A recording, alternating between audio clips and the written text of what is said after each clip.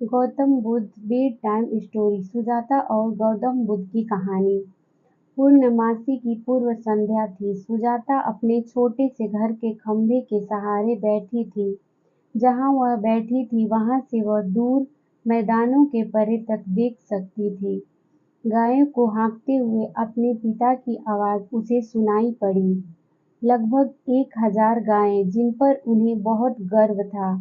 प्रतिदिन प्रातः एक चरवाहे की निगरानी में उन्हें गांव से बाहर चारागाह में भेजा जाता था।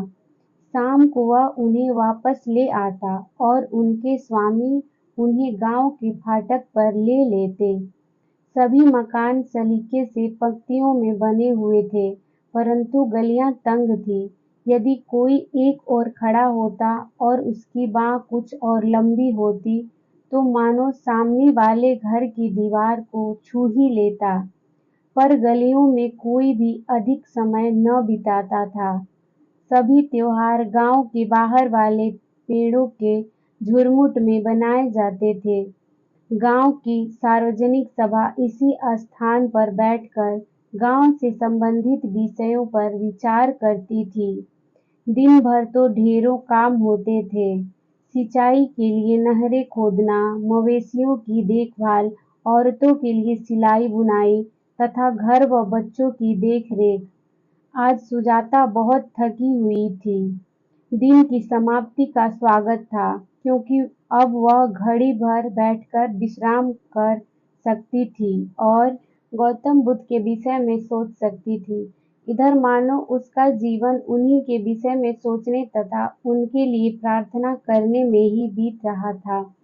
वे महात्मा वस्तुतः उसके गांव उरुवेला के निकट वाले जंगल में रहने आए हुए थे तथा उसके पिता गांव के प्रमुख थे। सुजाता ने गौतम के विषय में अनेक कथाएं सुन रखी थी। कैसे उनके जन्म लेने के समय गूंगे बोलने लग गए थे, लंगड़े चलने लग गए थे और धरती फूलों से ढक गई थी। उनका नाम सिद्धार्थ रखा गया और उन्हें पूरा सम्मान दिया गया, क्योंकि गौतम कुल के उसके पिता कपिलवस्तु में रहने वाली शक्य जाति के मुखिया थे। इकलौता पुत्र होने के कारण इनके पिता ने इन्हें 3 मकान दिए, एक ग्रीष्म के लिए, एक शीत के लिए तथा एक वर्षा ऋतु के लिए। मकानों के चारों ओर बगीचे थे और सिद्धार्थ के आसपास सब प्रकार का सौंदर्य बिखरा था। परंतु गौतम बहुत उदास थे, क्योंकि उन्होंने 3 ऐसे दृश्य देखे थे जिन्हें वे भुला न पाते थे और जिसके कारण उन्हें नींद तक न आती थी। वे दृश्य थे बीमारी, बुढ़ापा तथा मृत्यु के। वे समझ नहीं पाए कि मनुष्य रोगग्रस्त क्यों होते हैं, उन पर बुढ़ापा क्यों आता है और उनकी मृत्यु क्यों हो जाती है। अतः एक रात गौतम ने अपना सुंदर महल त्याग दिया, अपनी पत्नी एवं पुत्र को, अपने शानदार वस्त्रों व आभूषणों को त्याग दिया। एक सन्यासी का वेश बनाकर वे सारे संसार में सारे दुखों को मिटा देने वाला उत्तर खोजने के लिए निकल पड़े। अपने पिता का महल त्याग देने तथा अत्यंत कठोर तपस्या करने पर भी गौतम अंतिम उत्तर नहीं खोज पाए और उनके अनेक अनुयायी उन्हें छोड़ गए। यह सब तथा और भी सुजाता ने सुन रखा था। अब वे निरंजना नदी के तट पर उसके घर के समीप निवास कर रहे थे। इन्हीं विचारों में मग्न बैठी सुजाता ने प्रार्थना की कि गौतम को शीघ्र ही बोध की प्राप्ति हो जाए। वह नहीं जानती थी कि बोध क्या था, परंतु इतना जानती थी कि वह अवश्य कोई महत्वपूर्ण वस्तु है, जिसके लिए एक मनुष्य अपना महल त्याग कर भिक्षुक बन गया है। काश किसी भांति मैं उनकी इच्छा पूर्ति में सहयोग दे पाती। उसने सोचा। पिछले कई दिनों में उसने 800 लोगों को भोजन कराया था, इसी आशा में कि किसी प्रकार यह भोजन उन तक पहुंच जाए, पर कोई लाभ नहीं हुआ। गौतम उपवास कर रहे थे। उस रात सुजाता दुखी मन से यही सोचती सो गई कि किस प्रकार वह उनके कुछ काम आए। नींद आने के समय उसके मन में अंतिम विचार पीपल के वृक्ष के नीचे अकेले गौतम के बारे में था और उसने स्वप्न देखा कि कोई आकर उससे कह रहा है कि गौतम ने उपवास समाप्त कर दिया है, वे पुनः भोजन ग्रहण करने के इच्छुक हैं और उसकी प्रार्थना स्वीकार हो गई है। पर्वतों पर उषा के मंद गति से आगमन के साथ सुजाता चौंक कर उठी। उत्साह के कारण उसका रोम-रोम पुलकित हो रहा था। उसने अपनी दासी राधा को जगाया।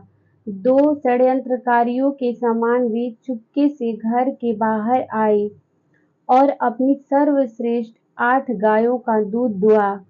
फिर चमकते नए बर्तनों में उस दूध को उबालकर चावल मिलाए तथा खाने लायक गाढ़ा होने तक उसे पकाया।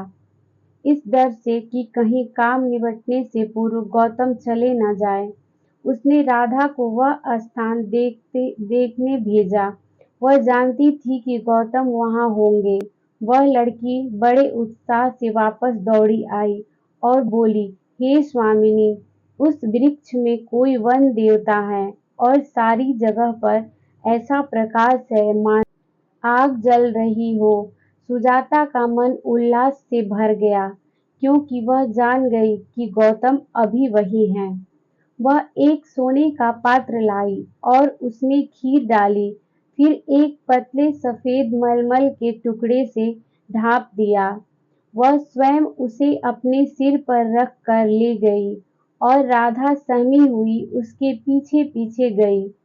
वे दोनों पीपल के पेड़ के समीप पहुंची और सुजाता ने खीर का पात्र गौतम के हाथ में देते हुए कहा, हे प्रभु, मेरी यह भेंट स्वीकार कीजिए। आपको भी वैसा ही आनंद प्राप्त हो जैसा मुझे मिला है।